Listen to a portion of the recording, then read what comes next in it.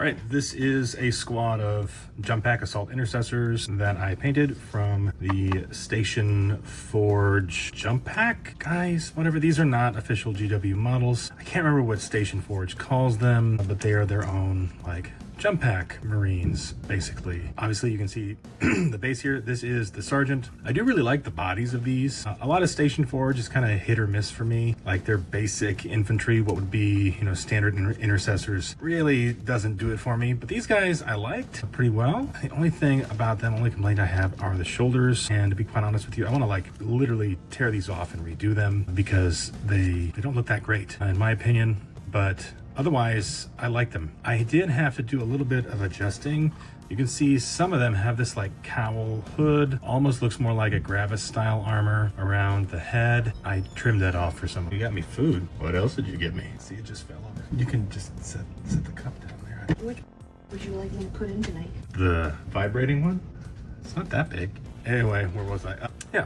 So yeah, anyway, like I said, new shoulders on these guys. Definitely gonna redo the shoulders on them. They were Baal Red with just literally some black wash over them. The base is a method I'm gonna show in another video. This guy here is sporting the blonde hair. Can't remember the exact recipe I used for the skin. They do look a little sickly, but you know what? I don't mind it. I don't mind. I went with that because I didn't really like the helmets that came with the Station Forge kit. I preferred these ones without the helmets. Now, the one thing that didn't go so well also on these was the engines. As you can see, they're like a little lackluster. Honestly, wish I had gone with a different color. If you have tips for that, let me know in the comments. Like, how do you do that? Obviously, I went with white in there and then some of that like orange, like fluorescent technical paint or whatever it is. And then I turned one of them into a Jump Pack Chaplain, and I really dig his shield. All the gold, obviously.